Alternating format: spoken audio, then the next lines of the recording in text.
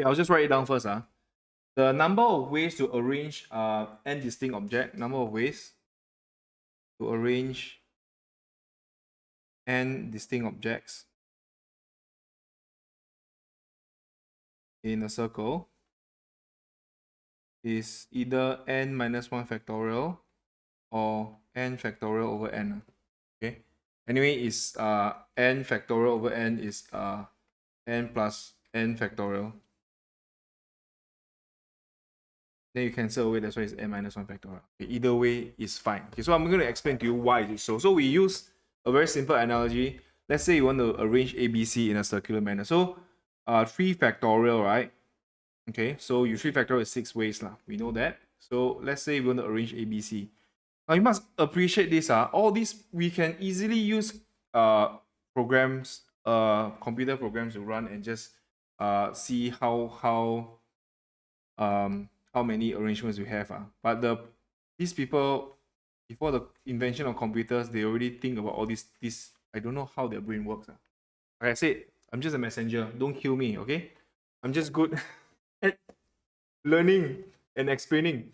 So the first thing is, we know there are 6 cases here. So meaning to say, we can put A, B, C here. Then you can put A, C, B here. Then you can put B, A, C here. You can also put B, C, A here. Then you can put C, A, B here. Then you be C, B, A. Then you're like, Mr. Kang, correct what? I got 6 cases, what? Okay. Then I'll say, not so soon. It's not so easy as it seems. Now, say this is a bird's eye view. Let's say you go to a wedding banquet. You're one table, you're sitting at a table of 3, right? You put yourself in the shoes of A. Okay? Because that is your H2 math grade A. So you think about it, right? You sit on this table, right? On your left is the who? Is the C. Left is C. On the right is B. To your right. Can you imagine the left of A is C, right? The right of A. This is your head. This is your front. So this is your left. You get what I'm saying? Just imagine that the left. Now then you say, is this the only case? You say no. Actually, the left to this side is also C. The right to this side is also B. See that? Then the left of this is also C. The right of this is also B. Okay. In fact, if you go and check all of them, right, all of them, B left to B is A, left to B is A also, so on. So these 3 cases here is actually the same orientation. Okay, because the seats are not unique. Okay, because you are running here, this is ABC. You see this when you go clockwise. Maybe we go clockwise. Clockwise is here. ACB. Clockwise is ACB, right? This is ACB also. You see that? This is ACB. Then after that, you do the same thing for the second one. You realize they are also the same arrangement. Because this arrangement here is, this is ABC. Also ABC. Okay, then how do we reconcile with this thing here? Okay, let me explain. You just divide by the number of seats. Then you say why. There are only 2 arrangements. 1 arrangement and 2 arrangement. Why do you? Because do you see that when you start counting A, right? You put A here. You start counting here. This arrangement here. You imagine it as a dial. Okay. You dial, like the like a circular dial like that. Okay. You just move. When you put on A, you count the first seat, right? A can start from the first seat. Then you count, then you go to the other one, you count another one, go to the other one, count. But because every seat, the problem with circle is the ends are meeting. The ends are meeting, meaning you can go one full circle. Okay, it's not like a line. So in other words, you just divide by the number of seats. Okay, this is actually the number of seats. This 3 here is the number of seats. Okay, that's why it's in the end, because of an n, you divide a number of seats here, right? Because of this problem here, so the n factorial, we know n factorial is n times n minus 1 minus 1 factorial. So the n cancel away, so it's n factorial here. Okay. So the number of ways to arrange 3 people in a round on the round table will be 3 minus 1 factorial, which is 2 lah. You have 2 cases here. So if it's 4, it's 4 minus 1 factorial. Does it make sense? Okay. I hope I'm making sense. Can you show this one? No? No? Okay, so we do the first one. There is no restriction. We have 9 people in a round table. So no restriction is quite straightforward lah. So this will be n minus 1 factorial, or you can write it as n factorial divided by a number of seats, which is actually 8 factorial. Understand? So that's why you get the answer. Not sure what's the answer, but should be 8 factorial. Okay, 4.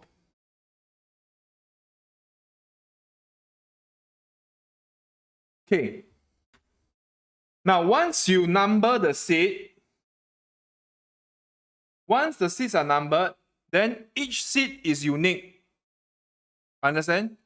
Once you number the seat, like 1, 2, 3, right?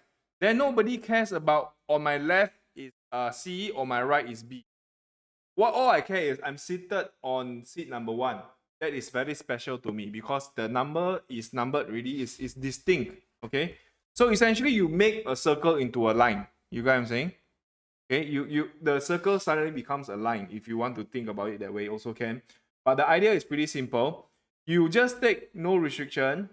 You multiply by, so you take the first step here, multiply by 9 seats. Okay, the way to think about it is from the first seat, the circular arrangement is 8 factorial. You move to the second seat, you also have 8 factorial. Then you move, you keep moving. So 9 seats. Whenever it's 9 factorial lah. Okay, so this is 362,880. Let's go.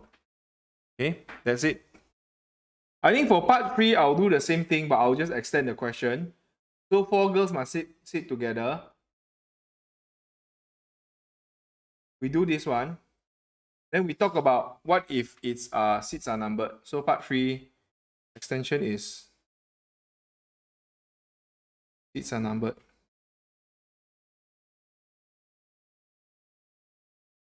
Okay, 4 girls seated together.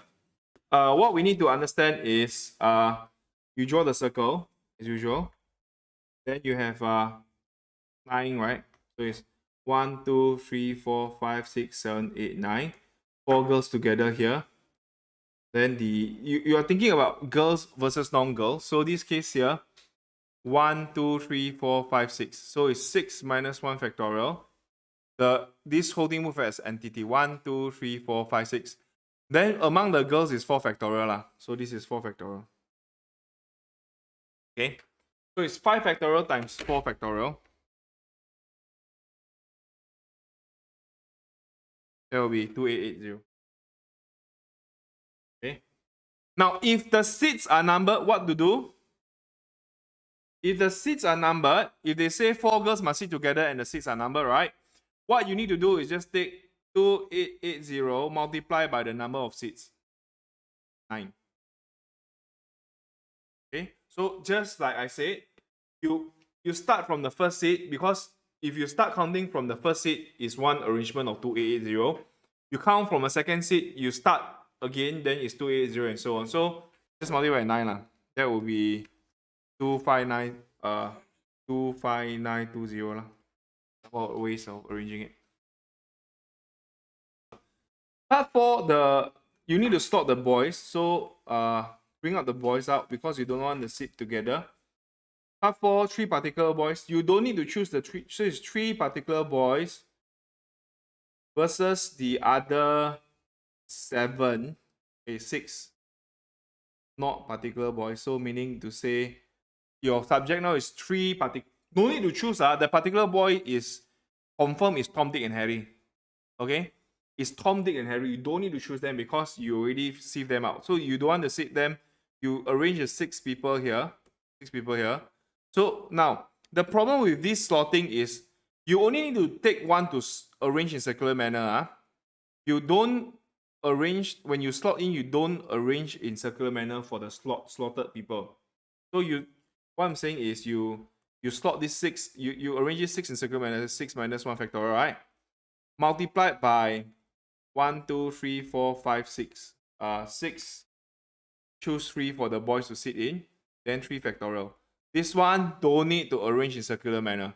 So the confusion usually comes in when students think that this one no need, only this one circular, this one don't need. The slotting is just the same. Okay. So once you've done that, this is 5 factorial times 6 choose 3 times 3 factorial, that will be 1440. If seats are numbered,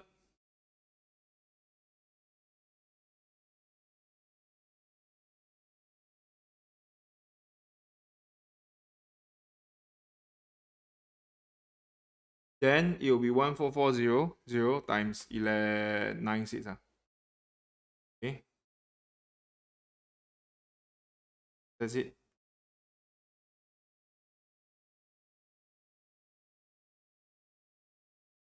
So if seats are numbered, you just do the circular permutation without the numbered seat. Then at the end, you just multiply by the number of seats. Can really, okay? Just remember that.